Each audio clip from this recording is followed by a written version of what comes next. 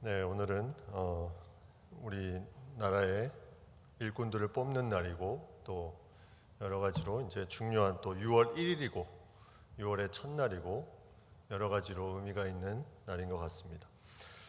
오늘 4장 말씀을 좀 같이 나누기를 원하는데, 복음을 선포하고 베드로와 요한이 치유의 역사를 이루고 복음을 선포하고 여러 가지 일들을 계속해서 이제 하는 것을 보게 됩니다.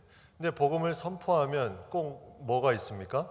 꼭 반대하는 사람들이 나오죠. 핍박하는 사람들. 그래서 복음을 제대로 전하는 사람은 핍박이 있다, 오히려 핍박이 없으면 좀 이상하다 생각할 정도로 사도행전에는 항상 핍박이 있습니다. 근데 그건 당연한 거죠. 영적 전쟁 가운데 있기 때문에 핍박이 없다면 그건 이상한 겁니다. 핍박이 오히려 있어야 그게 이제 당연한 거죠. 그래서 그 핍박이 어떤 식으로 오는 핍박이냐, 그거에 따라서 사단이 이걸 싫어하는구나, 이거를 또 알 수 있습니다. 내가 전하는 복음에 따라서 저 사람이 저렇게 반응을 하니까 사단은 이 복음에 대해서 되게 과민 반응을 하는구나, 이런 걸 또 알 수 있다는 거죠. 계속 영적인 전쟁이 일어나는 겁니다. 내가 복음을 전하면 저쪽에서 또 무언가 이걸 막기 위해서 무엇을 하고, 또 전세가 약간 좀 저쪽으로 가면 또 하나님이 길을 열어주셔서 또 무언가 할 수 있는 그런 길이 열리고, 그래서 이런 것들이 계속 복음 증거하는 곳에서 왔다 갔다 이제 서로 싸움 가운데 있게 되는 것이 이제 영적 싸움이라는 거죠. 오늘 4장에 보면 이 베드로와 요한도 이제 핍박이 시작됩니다. 그들이 2장에도 설교하고 베드로가 3장에도 설교하고 계속 설교하며 나아가면서 이제 그때까지는 특별한 일이 없었는데, 오늘 본문에 보니까 3절에 그들을 잡음에 날이 이미 저물었으므로 이튿날까지 가두었다. 이들이 그 핍박하는 이유가 뭐냐면 2절에 나와 있는 것처럼 그들이 제일 싫어하는 것은 예수 그리스도였어요. 예수 그리스도. 자꾸 그 얘기를 하니까 그걸 싫은 거였죠. 근데 거기에다가 또 싫은 게 뭐였냐면 부활에 대한 거였어요. 부활. 근데 이 두 가지를 쫙 합치니까 예수 안에 죽은 자의 부활이 있다고 가르친다는 거죠. 그러니까 이들이 얼마나 이것이 싫었겠습니까? 이걸 너무나 이제 싫어하니까 들고 일어나는 사람들이, 그 예수님을 핍박했던 사람들이 막 들고 일어납니다. 이제 그 중에 대표적으로 1절에 보면 제사장들이 나오고 성전 맡은 자가 나오고 사두개인들이 나옵니다. 이 제사장은 우리가 잘 아는 것처럼 성전을 이제 제사를 집례하는 사람들이고, 성전 맡은 자라고 나오는데 이들은 성전을 경비하는 경비대장과 같은 역할을 하는 사람들인데, 이들은 다 대제사장의 그런 가문의 일원이었습니다. 상당히 높은 권력을 가지고 있는 사람들이죠. 두 번째 서열 정도로 성전에서 그들이 하는 역할들이 있었습니다. 제사장, 성전 맡은 자, 그리고 사두개인들은 또 어떤 사람이었냐면, 이들은 솔로몬의 사독이라는 제사장이 있었는데, 그 사두개인, 이름이 비슷하죠. 약간 그 계통의 흐름을 그 전통적으로 가져와서 우리의 조상, 우리의 뿌리는 이 솔로몬 성전, 첫 번째 성전이 세워졌을 때 이 사독 제사장으로부터 우리가 그 흐름이 온 것이다 해서 이제 그렇게 자신들을 내세우면서 이 제사장의 주요 요직들을 맡았던 인물들이 이 사두개인들입니다. 다시 말하면 이 제사장들과 성전 맡은 자와 사두개인들은 다 성전 제사장과 연결되어 있는 사람들이었어요. 근데 왜 이들이 예수 안에 부활이 있다고 말하는 것을 싫어했을까요?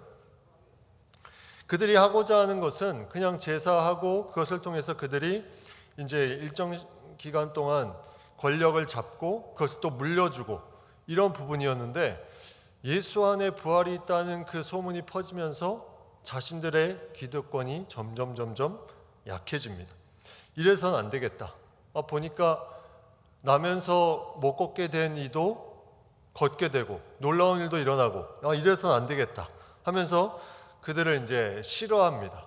싫어하고 가만두질 않고 잡아놓고 그들에게 이제 다른 어떤 방법으로 그것을 못하게 막으려고 하는 거죠.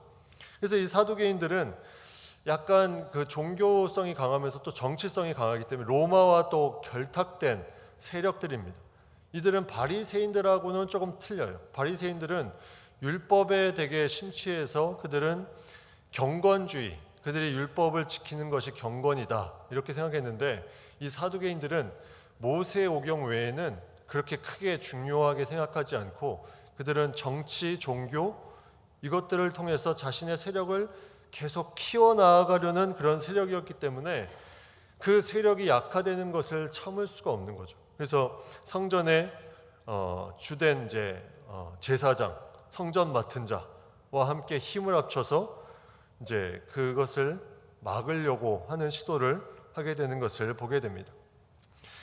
바울이 설교를 하는 것을 보면 항상 예수 그리스도 부활 이 내용이 들어가 있어요. 우리가 성경의 앞에 2장의 설교를 보면 오늘 4장에도 설교 내용이 나오지만 2장의 28절에 보면 주께서 생명의 길을 내게 보이셨으니 주 앞에서 내게 기쁨이 충만하게 하시로다 하면서 그 앞절에도 내 영혼을 음부에 버리지 아니하시며 주의 거룩한 자로 썩음을 당하지 않게 하실 것이미로다. 이런 부활에 대한, 예수 그리스도를 통한 부활에 대한 설교가 나오고 3장에도 15절에 보면 생명의 주를 죽였도다. 그러나 하나님이 죽은 자 가운데서 그를 살리셨으니 우리가 이 일의 증인이라. 이렇게 나옵니다. 예수 그리스도 부활. 그러면 그들이 가장 싫어했던 것이 예수 안에 죽은 자의 부활이 있다고 가르치는 걸 싫어했다. 다시 말하면 복음 전파할 때 그들이 싫어하는 내용이 예수 그리스도와 부활에 관련된 것이다. 이거는 명확하게 사탄이 싫어하는 것임을 알려주는 거예요. 사탄은 복음을, 예수 그리스도 부활 이것을 전할 때 가장 싫어한다는 거죠. 우리가 삶이 어떻고 우리의 삶이 어떻게 됐고 이런 거는 별로 사탄이 그래 너 많이 얘기해라 이렇게 할 수 있지만, 예수 그리스도 부활에 대해서 얘기하는 순간에 그것을 가장 싫어한다는 것을 이들을 통해서 알려주는 거예요.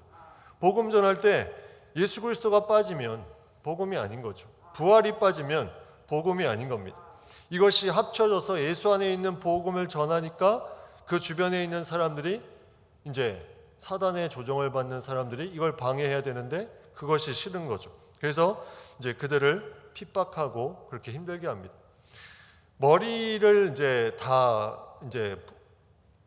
십자가에 돌아가시고 부활하신 다음에 머리가 다 없어진다고 생각했는데, 이제 계속해서 그 가지들이, 뿌리에서 가지들이 계속 나와서 또 그것이 복음을 전하는데 그 머리에 대한 복음을 계속 전한다는 거죠. 그러니까 이제 이 부분들이 이들이 계속 이제 싫어하는 부분들로 그것을 드러내고 있습니다. 근데 제자들이 계속 설교하고 가르치고 치유하고 이런 역사가 계속해서 표적과 기사가 나타나니까 이제 이들의 그런 어떤 하는 행동들을 그냥 두면 안 되겠다 해서 이제 막기 시작하는 거예요. 이 가장 핵심이 이제 공동체의 그런 기도했던 모임이죠. 기도하면서 그들이 힘을 얻고 그것을 통해서 나아가면서 공동체가 생명체로 계속해서 뻗어 나아갑니다. 그래서 공동체의 교제, 섬김, 거기서 드려지는 예배, 기도 모든 것을 통해서 이것이 뻗어 나아가는 거죠. 근데 놀라운 것은 박해는 있지만 복음은 뻗어 나아간다. 박해는 있을지라도 복음은 계속해서 나아간다는 거죠. 그래서 4절 말씀에 보면 말씀을 들은 사람 중에 믿는 자가 많으니 남자의 수가 약 5천이나 되었다. 이렇게 나와 있습니다. 남자의 수가 5천이다. 2장에 보면 거기에 이제 41절에 보면 신도의 수가 3천이나 더했다. 이렇게 나와 있죠. 근데 여기서는 남자의 수만 5천이나 더했다. 아무리 너희가 핍박해도 하나님의 복음의 역사는 계속해서 이루어질 것이다. 그래서 그 열매에 대해서 4절에 바로 보여주고 있습니다. 그러면 믿는 사람들이 일어나지 않으면 열매가 없는 것일까? 그거는 하나님께 맡기는 거죠. 내가 복음을 전하고 몇 명이 오늘 구원받을까? 이거는 내가 생각할 것이 아니라는 거죠. 그거는 전적으로 하나님께 맡기고, 그래서 우리가 전도할 때 무엇부터 시작이다? 전도부터 시작이 아니라 기도부터 시작이라는, 기도부터. 내가 그 영혼들을 만날 영혼들에서 기도하는 것이 시작이고, 그것을 통해서 하나님께 맡기며 나아가는 것이 시작이라는 거죠. 근데 마태복음 5장 11절 12절에 이러한 말씀이 나옵니다. 나로 말미암아 너희를 욕하고 박해하고 거짓으로 너희를 거슬러 모든 악한 말을 할 때에는 너희에게 복이 있나니 기뻐하고 즐거워하라. 하늘에서 너희의 상이 큼이라. 팔복에 대해서 쭉 말씀하시면서 마지막에 나로 말미암아 너희를 욕하고 박해하고 거짓으로 너희를 거슬러 모든 악한 말을 할 때는 복이 있다. 이 말씀을 하신다는 거죠. 팔복에 대한 말씀에 대한 부분 후에 이 말씀을 하신 것은 너희가 복 있는 자로 그렇게 사는 부분들이 중요한 부분들을 강조하시고, 그것을 강조하시지만 그 후에 마지막에 그런 삶이 너희에겐 분명히 박해가 있을 것이다. 그러나 그것은 복된 일이다. 기뻐하고 즐거워하라. 그래서 박해 당한다는 것은 기뻐해야 된다는 거죠. 내가 어디에서 복음을 전할 때 박해 당한다는 것은 그거는 기뻐해야 되는 일이다. 아, 내가 하나님의 복음을 제대로 내가 깨닫고 전하고 있구나. 우리가 북한에 대한 부분들을 많이 듣습니다. 북한의 실상이 어떤가? 북한에는 과연 얼마나 교인들이 있을까? 그래서 뭐 어떤 선교단체는 40만 명, 뭐 어떤 기록에는 10만 명 이렇게 이제 있죠. 근데 그들이 복음을 들은 사람들이 이제 여러 가지 이제 모양들이 있겠죠. 첫 번째는 이제 그루터기와 같은 존재입니다. 이들은 그 전에 남북이 갈리기 전에 복음을 알았던 그런 대대로 그 믿음을 가져온 백성들이 또 후대에 전하고 그들이 복음을 들고 살아가는 사람들, 그들이 이제 그 복음을 들고 살아가는 사람들이죠. 두 번째는 이제 그 중국에 지금은 이제 많이 그것이 금지돼서 못 들어오는데, 중국에 여권을 들고 들어올 수 있는 북한 주민들이 있습니다. 그 사람들은 중국에 친척이 있을 때 이게 가능하죠. 친척이 있으면 어느 기간 동안에 중국에 와서 친척들을 만난다고 하면서 그들이 뭘 할까요? 장사를 하고 돈을 버는 일을 많이 합니다. 그때 이제 선교사님들이 그 사람들을 접촉하는 거죠. 그래서 그 사람들에게 복음을 전합니다. 그러면 그들이 일정 기간 지나면 돌아가야 되죠. 그럼 그들이 복음에 관련된 내용들을 몰래 숨기거나 아니면 다른 루트로 이제 그것을 듣고 가서 이제 만나서 그것을 듣고, 그렇게 해서 이제 신앙을 가진 사람들. 또 한 부류는 탈북자입니다. 이제 이런 이제 사례는 조금 적긴 한데, 탈북자들이 중국에 들어오면 항상 거하는 데가 대부분 이제 말이 통해야 되니까 처음에 조선족들을 많이 이제 접근이 됩니다. 이제 조선족들은 주로 이제 교회랑 연결되어 있는 사람들이 많아요. 그래서 그들이 들어오면 또 교회랑 연결시켜 주다 보면 또 선교사님들을 만나게 되고, 그들이 탈북했지만 회심하는 역사가 일어납니다. 그러면 그들이 또 탈북했음에도 불구하고 복음의 그 열정이 생겨서 돌아가겠다는 사람도 나옵니다.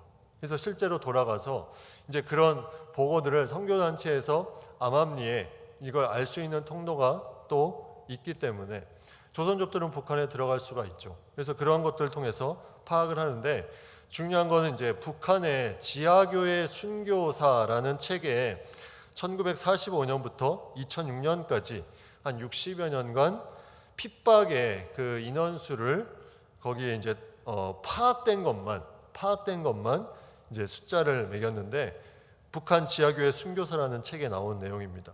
16,984명.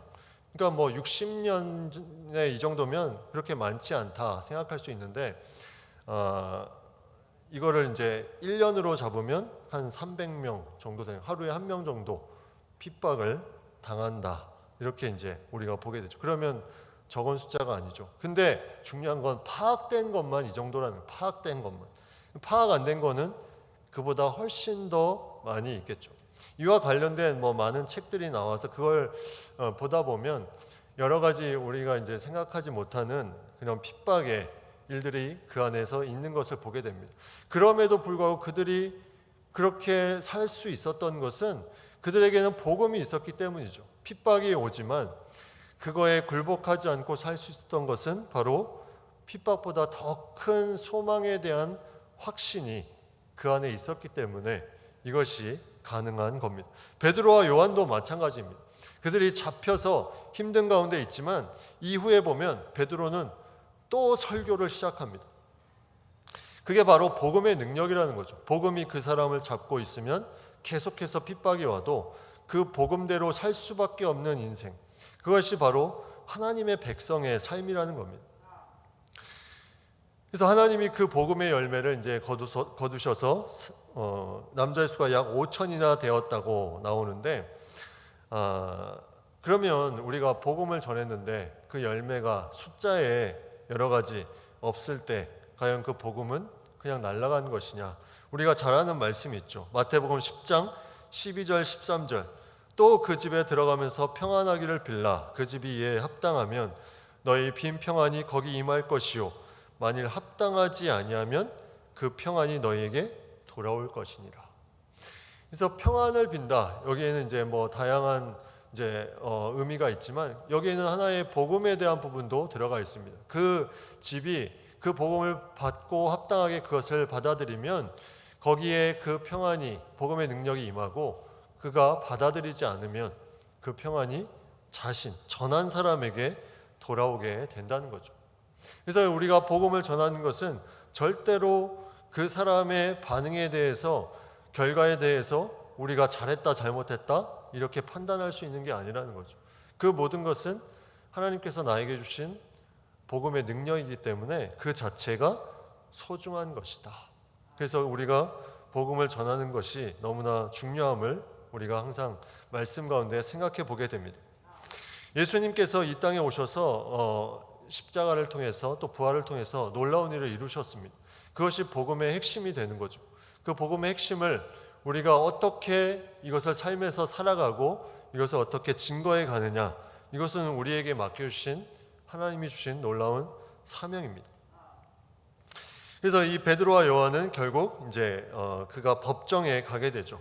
그런 어떤 핍박 가운데 법정에 가는데, 이튿날 5절에 보면 관리들과 장로들과 서기관들이 예루살렘에 모였는데, 여기 나오는 사람들은 또 다른 부류들입니다. 관리들, 장로들, 서기관들. 1절에 나와 있는 제사장들, 성전 맡은 자, 사두개인들과는 조금 성격이 틀립니다.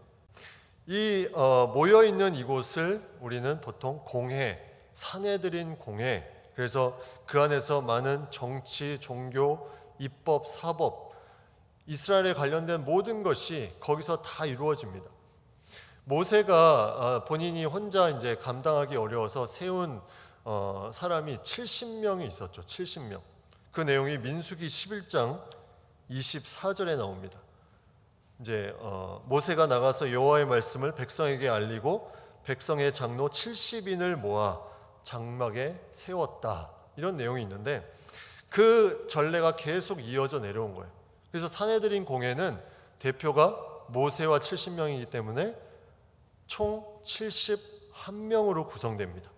거기에는 입법, 사법, 행정, 정치, 종교 모든 대표들이 다 와 있어요. 우리나라는 이게 다 분리되어 있잖아요. 3권 분립해서 입법부는 국회에서 하고, 사법부는 대법원에서 하고, 행정은 지금 옮겼죠. 용산에서 하고. 이런 분리된 것이 아니라 사내들인 공회에서 모든 것을 다 하는데, 이제 로마의 통치를 받으니까 정치적인 부분들은 이제 함부로 어떻게 할 수 없죠. 그 외에 나머지 것들은 여기서 다 이루는데, 여기를 구성했던 이 71명의 그런 이제 구성원들이 어떻게 되냐면, 의장은 대제사장, 그리고 그 나머지 70명의 공회원은 바리새인, 사두개인, 서기관, 장로 등 이렇게 구성되어 있습니다. 그러니까 그들이 주로 하는 일이 이스라엘 백성을 다스리고 심판하는 것. 예수님이 그 법정에 빌라도 법정에 선 것도 이 산헤드린 공회를 통해서 그것이 판결이 이루어지고 또 베드로가 부인했던 그 장소도 그 공회에 가까운 곳에서 그가 부인을 한 거죠. 근데 이 산헤드린 공회는 만장일치로 결정을 했다고 합니다. 만장일치. 71명이 그냥 똑같이. 그러니까 예수님을 그렇게 만들어 버렸다는 것은 그들이 얼마나 악한 모의를 했냐. 우리가 이것을 좀 생각을 해볼 수 있죠. 그 산헤드린 공의에서 그들이 이제 이 베드로와 요한을 어떻게 할까? 그들이 이제 의논하기 시작하는 이제 모임이 시작되죠. 그래서 이 모임 가운데 관리들이 있었고 장로들이 있었고 서기관들이 있었다. 그런데 이제 관리들은 이들은 그 제사장의 역할을 하는 그런 선임 제사장들, 그런 사람들이 이 관리들입니다. 그래서 이 앞에 3장 17절 말씀을 한번 볼까요? 17절 보면 형제들아 너희가 알지 못하여서 그리하였으며 너희 관리들도 그리한 줄 아노라. 여기 관리들이 나오죠. 이들이 예수님을 핍박하는 그곳에 너희가 어느 정도 책임이 있다는 거죠. 형제들도 알지 못해서 그리했고 너희 관리들도 그렇게 했다. 예수님을 제대로 모르고 그냥 너희가 기득권 그 가지고 있는 세력을 계속해서 생각하고 그렇게 핍박 가운데 몰아넣었다 하는 내용이 나옵니다.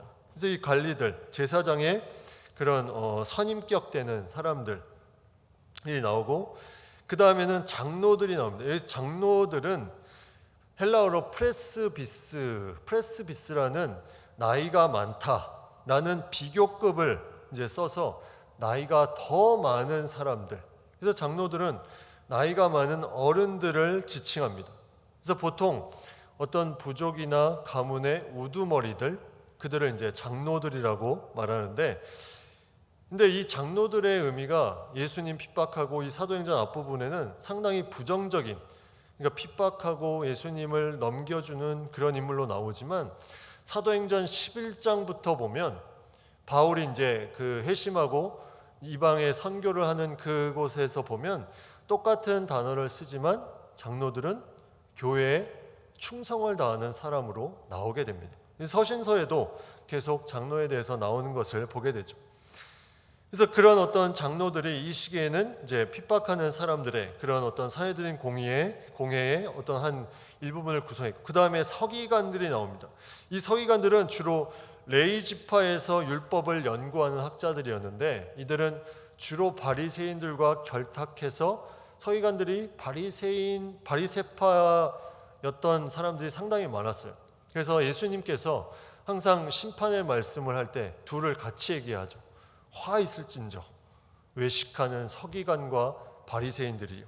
비슷한 부류라는 겁니다. 율법 중심으로 외식하면서 자신들이 최고로 경건하다, 우리가 옳다, 우리는 금식하고 11조도 제대로 하고 이런 모습으로 살지 않냐 하면서 너희는 왜 이렇게 사냐 하면서 이제 손가락질하고 율법주의적인 삶을 살았던 그런 사람들, 이들이 이제 모였습니다. 의기투합한 거죠. 서로 간에 이렇게 좀 다르지만 그들이 서로 힘을 합칩니다. 그래서 그런 어떤 힘을 합치는 가운데 그들이 이제 나아가는 부분들이 있고, 또 여기에 또 하나의 부류는 대제사장 안나스와 가야바. 안나스는 가야바의 장인이죠. 그리고 요한과 알렉산더. 그러니까 이 대제사장도 별로 좋은 모습이 아니죠. 장인이 사이한테 그 직을 물려줍니다. 요한과 알렉산더는 사실 성경에 그렇게 많이 나오지는 않는데 아마도 이들도 세습으로 물려받은 사람들이 아닐까 하는 생각을 해봅니다. 이 대제사장들도 참여해서 그들이 이제 이 베드로와 요한을 어떻게 할까 이제 그들이 모여서 모의를 하게 됩니다. 그 모의를 하면서 모였는데 베드로가 또 한 게 뭡니까? 모였다 하면은 베드로 뭘 했습니까? 설교를 또 하기 시작합니다.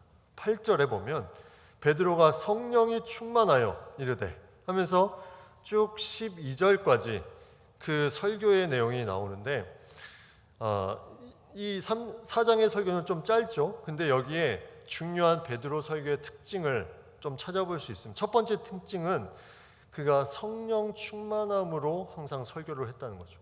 그냥 한 설교가 아니라 성령 충만함으로 설교를 시작했다.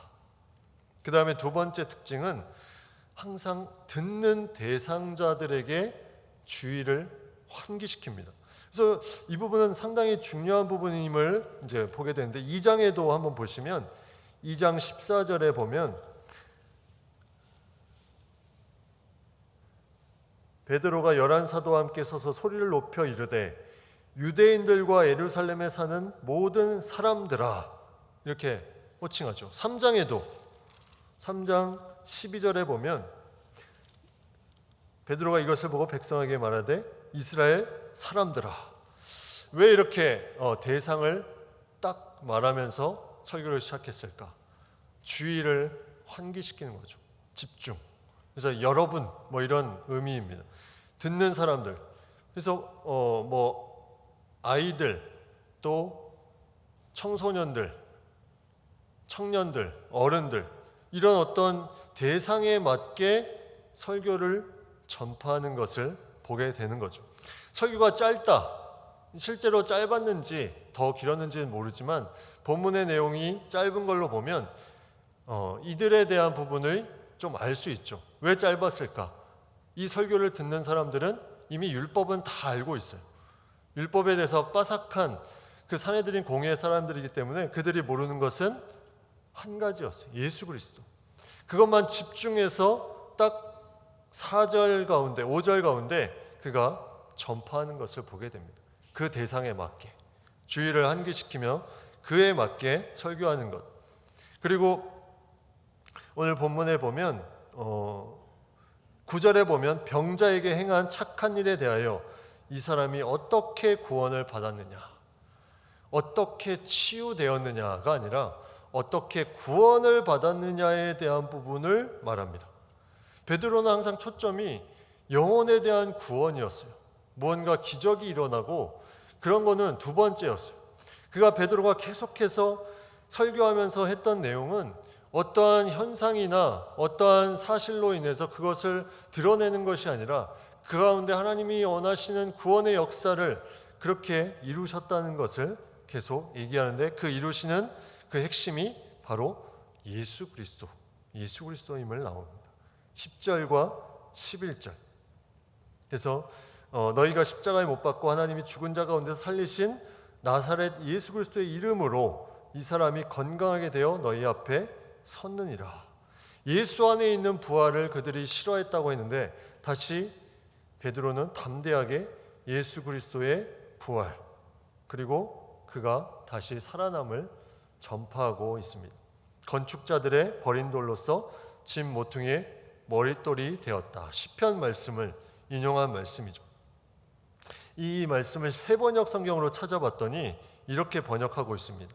너희들 집 짓는 사람들에게는 버림받은 돌이지만 집 모퉁이의 머릿돌이 되셨다. 이렇게 기록하고 있어요.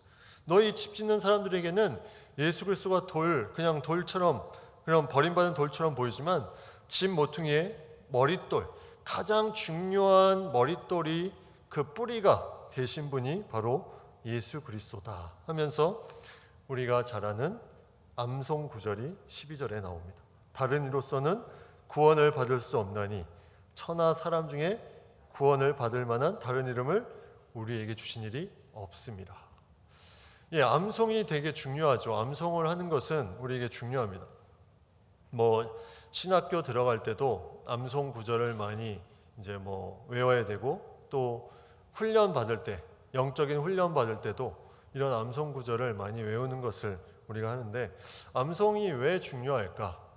우리가 복음을 전할 때 하나님의 말씀에 권세가 있습니다. 그래서 이 하나님의 말씀이 내가 무언가 하나님의 복음을 전할 때 또 기도할 때 여러 가지 환경 가운데 이 말씀을 가지고 나아가면 나의 생각이 아니라 이 말씀을 가지고 나아가면 그게 권세가 되는 거예요. 그래서 우리는 암송이 너무나 중요합니다. 그래서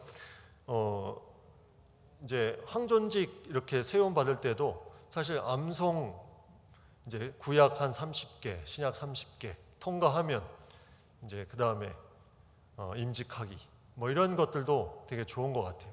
왜냐하면 그만큼 그게 힘이 되기 때문에. 그래서 그런 어떤 제자 훈련 과정이 필요합니다. 그냥 항존직으로 세워지는 것이 아니라 그냥 훈련 과정을 통해서 그런 어떤 정말 예수님을 만나고 본인이 영적으로 훈련되는 그 과정을 통해서 그런 자리에 선다면 정말 더 이제 그런 부분들이 많이 사명감과 더 이제 충성되는 부분들이 있을 수 있겠다는 생각을 해봅니다. 이런 어떤 계속해서 그가 하나님의 복음을 구약 시대에 있었던 말씀들과 그가 가지고 있던 말씀들을 또 이렇게 엮어가지고 복음을 전합니다. 그랬더니 결과가 어떻게 됐냐면 13절과 14절에 보면 베드로와 요한이 담대하게 말함을 보고 그들을 본래 학문 없는 범인으로 알았다가 이상히 여겼다. 이 어부들이었던 베드로와 요한이 아니 이렇게 유창하게 말을 하니까 이상히 여겼다.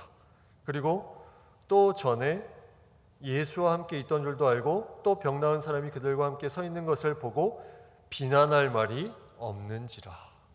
하나님의 복음을 가지고 담대하게 전했더니 이제 그들이 더 이상 비난할 말이 없어졌다. 이제 할 말이 없는 거죠. 저들의 말을 들으니까 그들의 마음이 이제 녹아버리고 또 옆에 치유의 역사로 구원에 이른 한 사람이 그 옆에 서 있는 놀라운 일들이 그 안에 이루어지니 더 이상 거기에 대해서 할 말이 없다는 것을 그들이 이제 알고 비난할 말이 없는지라 이렇게 말하는 겁니다. 제자의 특징이 무엇일까? 우리가 제자됨의 모습은 사실 담대함의 그런 모습이라고 보게 됩니다. 담대함. 베드로가 참된 제자가 되는 순간 다시 부활하신 예수님을 만나고 나서 그가 완전히 바뀌었죠. 그전에는 제자로서 따라다녔지만 정말 진정한 제자로서의 모습이라기보다는 그는 자신의 혈기와 또 두려웠을 때는 숨어버리는 그런 일들이 많이 있었습니다. 그래서 그런 부분들을 이제 베드로가 예수님을 만나고 나서 그가 새롭게 바뀌게 되는 부분들을 우리가 성경 속에서 계속 보게 되죠. 신앙의 가장 연약함이 지금 이 시대에 뭘로 드러날까 생각해보면 이 담대함이 아닐까 생각해보면 담대함. 왜 담대함이 줄어들까요? 점점 세상이 강해지기 때문에 이제는 세상에 무언가 말하기도 쉽지 않습니다. 제가 청년 때만 해도 토요일 날 집회에 간다 이런 말이 아주 그냥 일반적인 그냥 들려지는 말이었어요. 왜냐하면 그만큼 청년들 중에 믿는 사람이 많았기 때문에. 근데 요즘에는 그런 말을 하기가 어려운 시대가 왔어요. 너 교회 간다고 하면은 약간 낙인 찍혀버리는. 그러니까 담대함이 그런 어떤 세상의 강력함에 점점 무너져 버립니다. 그리고 우리가 담대함과 용기를 얻고 나아가는 부분들이 사실 어떻게 보면 약간 스마트폰의 영향도 있는 것 같아요. 스마트폰. 다 거기서 정보를 찾고 지식을 거기서 얻고 다 하다 보니까 뭔 일이 있으면 그것을 의지하고 담대함과 용기는 다 사라집니다.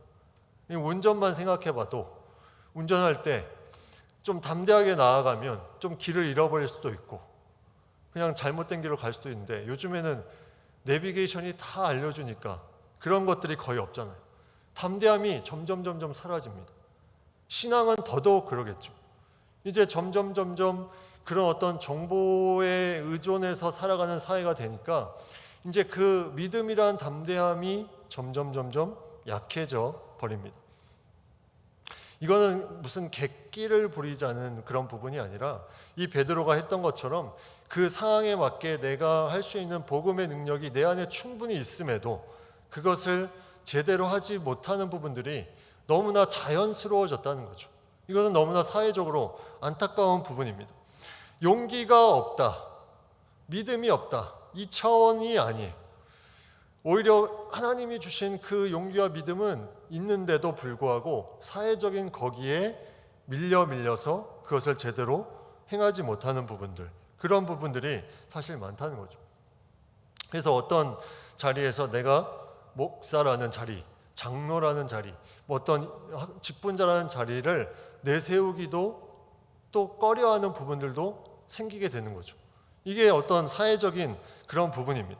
그래서 우리는 신앙적으로 이런 담대함을 가질 필요가 있어요. 이 담대함은 사실 쉽지는 않습니다. 혼자서 이것을 가지려고 해도 사실 쉽지 않은 부분이 있어요. 그래서 이거는 공동체적인 무언가 힘을 받아서 함께 나아가는 부분이 거기에 힘을 실어줘야 된다는 거죠. 베드로와 요한이 왜 담대했을까요? 그에게는 든든한 다락방에서 함께 기도했던 120문도가 그 안에 있었기 때문이죠. 그들이 계속해서 기도해주고 그것을 통해서 하나님의 말씀에 대한 강한 확신을 가지고 그들이 나아갔기 때문에 그 다른 환경이 무섭지가 않았어요. 베드로도 사실 겁장이었죠. 겁장이. 그가 계속 예수님의 제자라는 것을 부인하고 3번이나 부인하고 그렇게 도망갔던 그런 인물이 베드로입니다. 그럼에도 그가 다시 그런 기도하는 공동체를 통해서 예수님을 만나고 다시 회복됨을 통해서 그가 나아갔다는 것. 사실 베드로와 요한에게는 더 좀 이런 자신의 과거의 치부가 조금 어려운 부분들이 있었을 수도 있어요. 왜냐하면 저 봐라, 저 그 도망갔던 베드로 아니냐 이러면 얼마나 위축되겠습니까? 근데 보통 사역지에 이제 그런 말을 많이 합니다. 사역하는 교회에 어릴 적부터 자라났던 사람이 그 교회에서 사역하는 것은 어렵다. 왜 그럴까요? 네, 어릴 때부터 코 질질 흘리고 맨날 이상하게 예배도 막 이상하게 드리고 그런 모습이 다 어른들이 알고 있는데 와서 사역한다고 그게 될까요? 이게 조금 더 확장을 해보면 부목사였던 사람이 담임 목회를 오면 이것도 만만치 않은 거죠. 저 부목사였을 때 어리버리한 그 좀 모자랐던 부분들이 이게 교인들의 마음이 열릴까? 저는 항상 그게 좀 염려가 됐는데 아무튼 그런 부분들이 다 해소가 되는 건 뭐냐면 복음의 담대함, 복음의 능력이라는 거죠. 베드로와 요한은 그것을 가지고 그가 자신의 과거에 그런 그건 예수님을 부인했던 그런 죄에 대한 모습이 있었지만 다시 회복되고 나아갔던 부분들, 그게 바로 오늘 말씀의 능력이 계속해서 나타나는 겁니다. 그래서 여호수아 1장 9절에 보면 여호수아가 모세가 죽고 나서 하나님이 계속해서 말씀하신 내용이 있어요. 내가 내게 명령한 것이 아니냐, 강하고 담대하라, 두려워하지 말며 놀라지 말라, 내가 어디로 가든지 내 하나님 여호와가 너와 함께 하느니라 하시니라. 계속해서 이후에도 1장부터 여호수아가 좀 어렵다 생각하면 담대하라, 담대하라. 사실 우리는 담대함을 위해서 많이 기도를 해야 돼요. 이 담대함이 있으면 세상의 환경보다 복음이 먼저 우리가 복음에 붙들려서 나아갈 수 있습니다. 근데 그 담대함이 없으면 항상 환경의 눈치를 보게 되죠. 내가 이렇게 행동하면, 내가 이렇게 말하면, 이런 부분들이 세상에서 점점 위축되는 복음의 그런 복음을 들은 사람들의 모습이 되면 거기에 많은 사람들이 또 영향을 받고 힘이 빠질 수밖에 없다는 것입니다. 우리는 과거에 대한 부분을 너무 거기에 매여서 나 자신을 볼 필요는 없습니다.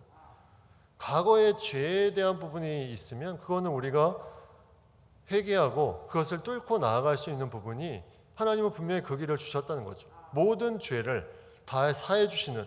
근데 계속해서 우리가 거기에 죄책감에 들고 그 죄인이었던 그 모습을 내가 생각하고 있으면 그 후로 더 이상 담대하게 나아갈 수 없어요. 근데 이걸 제일 좋아하는 존재가 바로 사단이죠. 죄책감은 사단이 계속 주는 겁니다. 너 이런 잘못하지 않았냐? 너 이런 죄 짓지 않았냐? 네가 이걸 한다고? 어림도 없다. 계속 이렇게 우리를 세뇌시키는 거예요. 그게 이제 우리가 세뇌가 되면 사단은 이제 알아서 잘하는구나, 건들지도 않습니다. 그리고 좀 담대하게 하려는 사람들에게 또 접근해서 세뇌시키는 거죠. 이게 영적인 전쟁으로 계속 이루어지는데 사도행전은 그걸 우리에게 알려주는 거예요. 환경이 이렇게 핍박 가운데 있지만 네가 복음으로 무장하고 그렇게 함께 나아가는 그런 공동체를 통해서 그것을 나아가면 그 환경은 아무런 문제가 되지 않는다. 그래서 마지막 28장에 바울이 로마에서 복음을 전할 때까지 사도행전은 그것을 우리에게 알려주고 있어요. 그래서 너희가 어떠한 삶을 살아야 되는지 우리에게 계속해서 사도행전 말씀을 통해서 우리에게 들려주고 있습니다.